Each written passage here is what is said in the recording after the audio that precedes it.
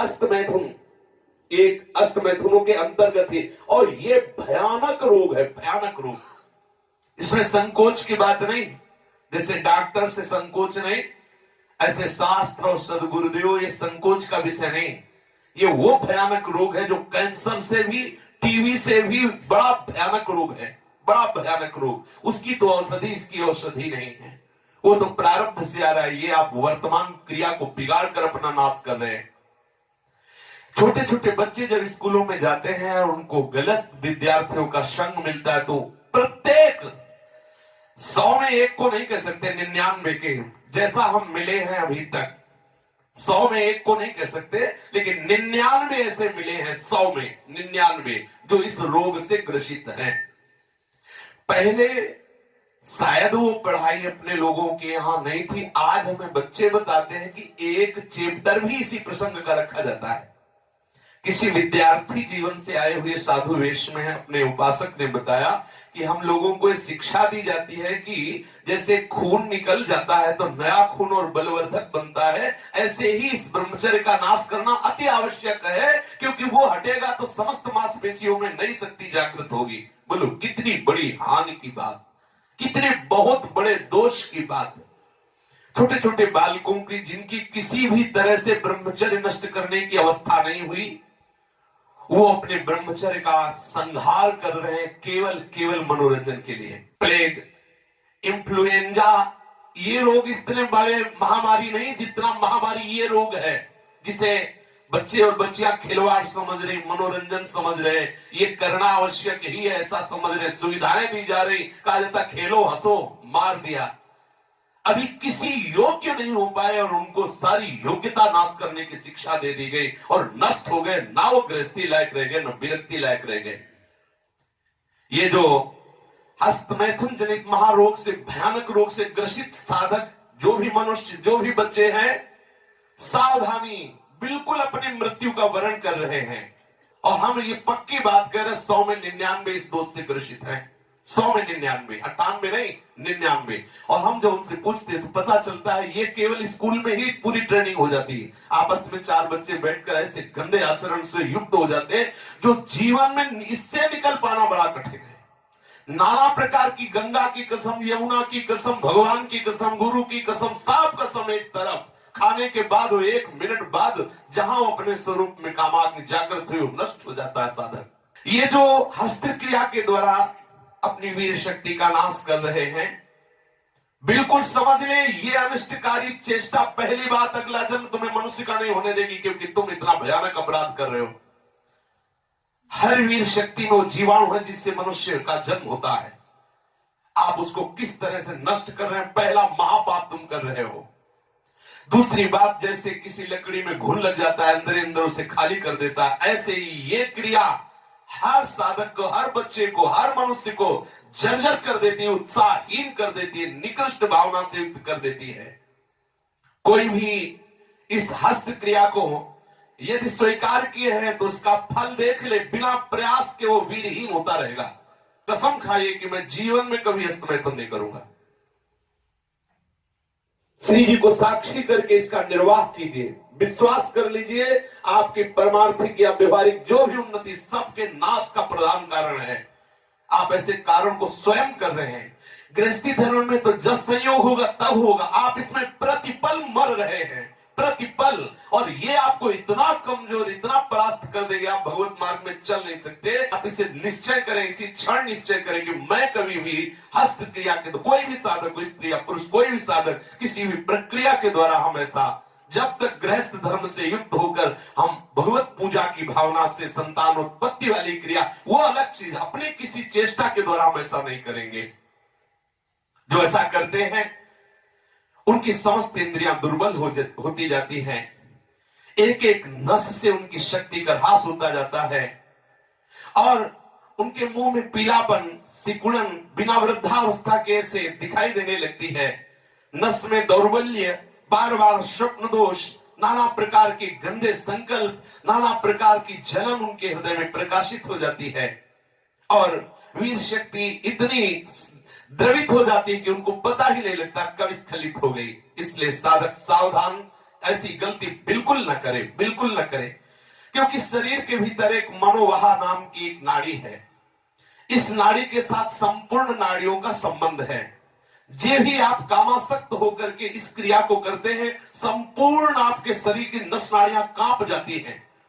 शरीर से लेकर मतलब सिर से लेकर पैर तक संपूर्ण यंत्र, छोटी मोटी सब नाड़ियां कंपायमान हो जाती हैं। फिर उस रक्त से मंथन करके फिर जो निकलता है उसे वीर्य कहते हैं। कितना बड़ा नाश कर रहे हैं आप। इस धातु से दौर्बल्य, प्रमेह, स्वप्न में, मधुमेह, बड़े कठिन कठिन रोग घेर लेते हैं। पक्षघात, ग्रंथिवात, संधिवात, अपस्मार, मिर्गी, पागल पर भीषण भीषण पीड़ाएं शरीर में, न जाने कितने निंदनीय रोग इस क्रिया के द्वारा होने लगते हैं। इसलिए प्रत्येक उपासक को, चाहे वो गृहस्थ मार्ग का हो या विरक्त मार्ग का हो, बिल्कुल ऐसी क्रिया ना करे। जब कोई हस्त क्रिया करता है तो उसके सीधे कलेजे पर धक्का लगता है। जब क्रिया करता है तो संपूर्ण नाड़ियों में हलचल और हृदय पर धक्का लगता है, जिससे उसका दिल कमजोर होने लगता है। और वही सबसे ज्यादा जिसे हार्ट अटैक कहते हैं, वही कारण होता है। वीर चरण ही उसका प्रधान कारण होता है। क्षय, खांसी, श्वास, ये क्षमा महाभयानक रोगों का बुलावा है। हृदय रोग से पीड़ित अभागे मनुष्य किस क्षण मर जाए कोई पता नहीं। मस्तिष्क पर जो एक ऊर्जा शक्ति, विचार शक्ति होती है, वो नष्ट हो जाती है। जो ये हस्त क्रिया को करते हैं उनको देखते ही पता चलता है करते हैं। कुछ ऐसे लक्षण होते हैं जिनको देखने से ही पता चलता है ये सब वो प्रतिपल अपने आप को चौपट कर रहे हैं। कितना पागलपन है। आप अपने जीवन को नष्ट कर रहे हैं। पागल खाने में अगर देखा जाए तो 5 आदमी ऐसे मिलेंगे 100 में जो किसी अन्य घटना से पागल हुए। 95 ऐसे मिलेंगे जो विषय के कारण पागल हुए, जिन्होंने ब्रह्मचर्य को छीण किया है और उनकी मेधा शक्ति कमजोर हो गई और पागल हो गए हैं। ये व्यभिचार प्रवृत्ति किसी भी लायक नहीं रहती। सैकड़ों पागल खाने में जांच करने पर ज्ञात हुआ है कि जितने भी पागल हैं उनमें से 95 केवल इस बात से पागल है, भ्रष्ट आचरण से। आप परिश्रम युक्त, साधना युक्त आप रहिए। ये आजकल के माता पिता स्वयं सावधान नहीं, बच्चों के सामने ऐसी चेष्टाएं करते हैं कि उनकी सामर्थ्य नहीं कि अपने बच्चों को रोक सके। वो समझते हैं कि बच्चों से ये बातें करना ठीक नहीं है। लेकिन आप समझिए, अगर बच्चों को आप एक छूट दे रहे हैं, आप उनका कितना जीवन नष्ट कर रहे हैं। उनकी आंख, नाक, कान, जिह्वा, वाणी, पैर, त्वचा सब कमजोर हो रहे हैं। और इस कारण जब वो गृहस्थ धर्म में प्रवेश होते तो गृहस्थी लायक नहीं रह जाते, गृहस्थी लायक नहीं रह जाते इन क्रियाओं के करने के कारण। माता पिता को, सदगुरु को चाहिए, उपदेशक को, कि अपने आसपास इस बात को कहे कि वो कभी ऐसी गंदी चेष्टाएं ना करें। सदगृहस्थी में जान, देखो पहले आचार्य परंपरा थी, सब जाकर गुरुकुल में रहते थे, ब्रह्मचर्य रहते थे। फिर जिनको गृहस्थ में जाना होता वो गृहस्थ में जाते, जिनको नैष्ठिक ब्रह्मचर्य का व्रत लेना होता वो वैरागी होते। दोनों महान पुरुष बनते। वो गृहस्थी में जाकर धर्म पूर्वक चलते हुए पुनः वैरागी को धारण करता और विरक्ति में जाकर वो महापुरुष बन जाता। दुर्बल चित्त इतना हो जाता है कि ना वो धर्म स्थान देखता है, न तीर्थ स्थान देखता है, न मंगल तिथि देखता है, न मंगलवार देखता है। बस अपनी वासनाओं का खेल खेलता रहता है। हजारों प्रतिज्ञाएं, हजारों धर्म चेष्टाएं सब व्यर्थ करने वाला ये महान दोष हस्त क्रिया, व्यभिचार प्रवृत्ति, इस पर अंकुश कीजिए, इसको आनंद मत मानिए। ये जो हस्त क्रिया के द्वारा शक्ति का नाश करते हैं, ये प्रतिक्षण काम से युक्त रहते हैं। इनके हृदय में वही चिंतन चलता रहता है। बालक अवस्था से लेकर के यौवन अवस्था तक देखिए आप, इनकी आंखों में देखिए, न तेज होगा न इनकी गंभीरता होगी, बहुत चंचलता, निस्तेज आंखें होगी, चेहरा पीला पड़, जब देखो तो ऐसा लगता है कि शर्मिंदा हो रहे हैं, मुंह छुपा रहे हैं, ऐसा लगेगा। पहला लक्षण है। दूसरा, कुछ इतने निखल्ले, ऐसे दिखावटी स्वभाव के, ऐंठ में, अकड़ में, गर्मी में रहते हैं, ये वीर शक्ति के नाश का लक्षण है। गंभीरता नहीं, शांति नहीं, उदारता नहीं, धैर्य नहीं है, वो अपने को बड़ा दिखाना चाहते हैं, ये सब उसके नाश के लक्षण हैं।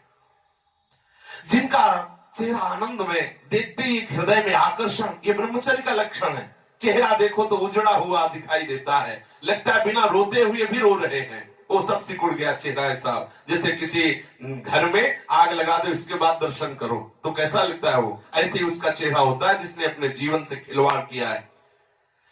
जो स्वभाव से ही रुक्ष, चिड़चिड़ा, क्रोधी, बात बात पे एकदम रूखा, चेहरा पीला पड़ रहा, फीका पड़, वो चेहरा पीला प्रेम का नहीं कि वो चेहरा प्रेम में पीला पड़, प्रेम में नहीं, यहां काम की बात हो रही है। मुख पिया आई फिर गई बदल गए तन रंग, ये प्रेम का लक्षण नहीं, ये काम के लक्षण की यहां बात हो रही।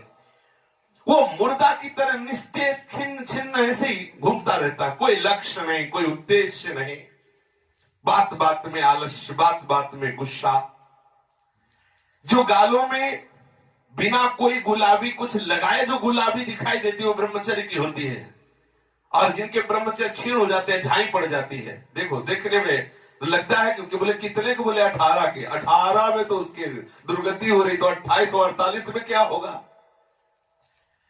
जो काले दाग चेहरे में पड़ने लगते हैं, आंखें धसी नजर आती हैं, गाल पीले नजर आते हैं, नाक के आसपास काले काले दाग यहां ऐसे प्रकट हो जाते हैं, ये सब लक्षण हैं जो उन्होंने अपनी शक्ति का नाश कर दिया। सावधानी के द्वारा इस जीवन को आप बर्बाद न करें।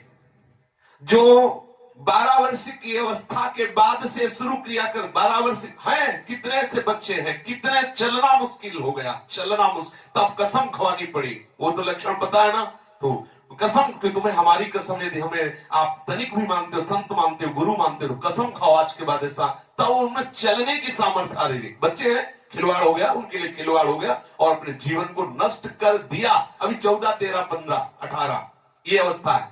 जो लोग ये कहते हैं ना कि खेलने खाने की अवस्था, वो थोड़ा सुन ले कि कौन सा खेल खेल रहे हो, क्या खा रहे हैं। ये खेलने खाने की अवस्था है। अरे ये वो अवस्था है जिसमें जो चाहो तुम बन सकते हो। जो इस वीर शक्ति का नाश करते हैं वो बिना बुढ़ापे के, सारे लक्षण बुढ़ापे के उनमें होते हैं। कमर में दर्द है, चला नहीं जा रहा है, थोड़ी चढ़ाई में हांफने लगे। अब अवस्था कितनी, बोले 18 की। इस अवस्था में तो मतलब दिशाएं भी कांपे, वो अवस्था है। अब तो दिखाई नहीं देता कोई जवाल।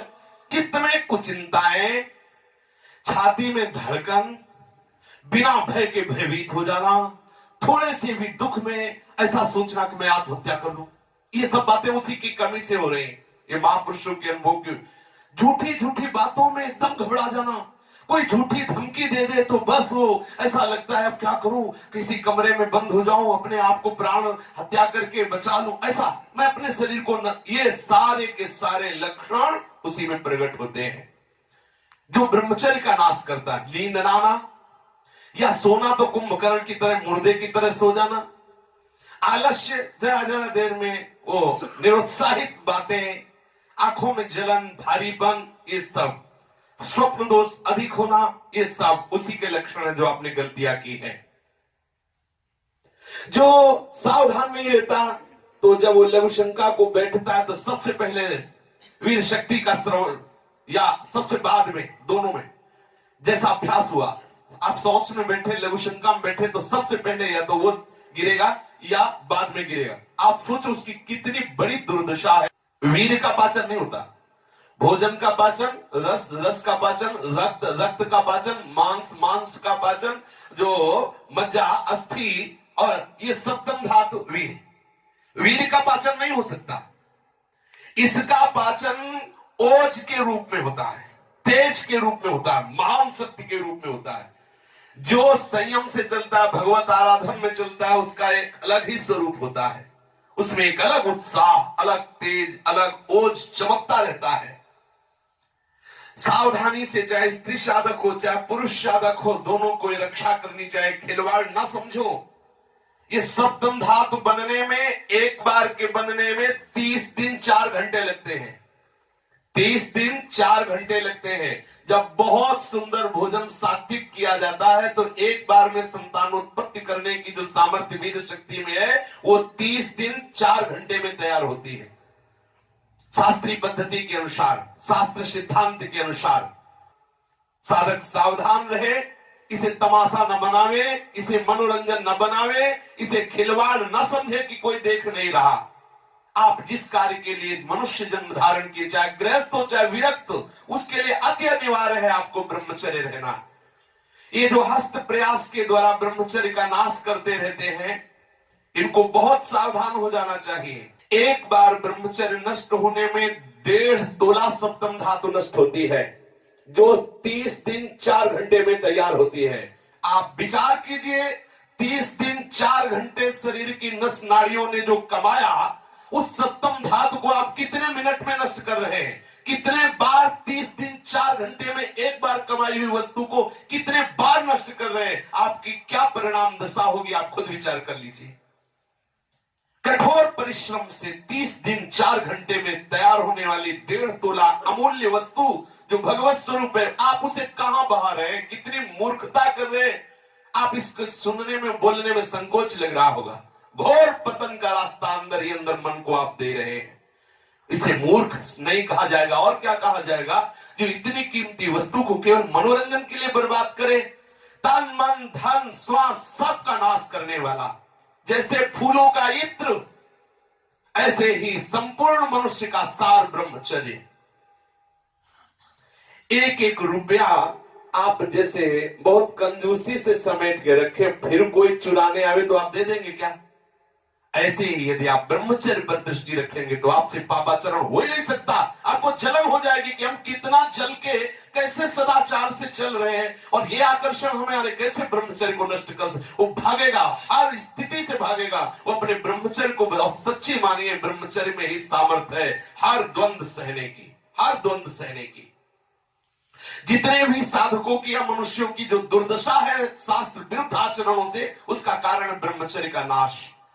जरा विचार करो, जो दिन में 2 बार, जो 3 बार, या 2 दिन में, 3 दिन में, या चौथे दिन में ऐसा करते हैं, आप उन पर विचार कीजिए कि 30 दिन 4 घंटे में तैयार होने वाली वस्तु को वो 2 दिन में, 3 दिन में, या 1 दिन में 2 बार, या ऐसा आप सोचो उनकी कितनी बड़ी दुर्दशा हो रही, वो कहां पहुंचेंगे।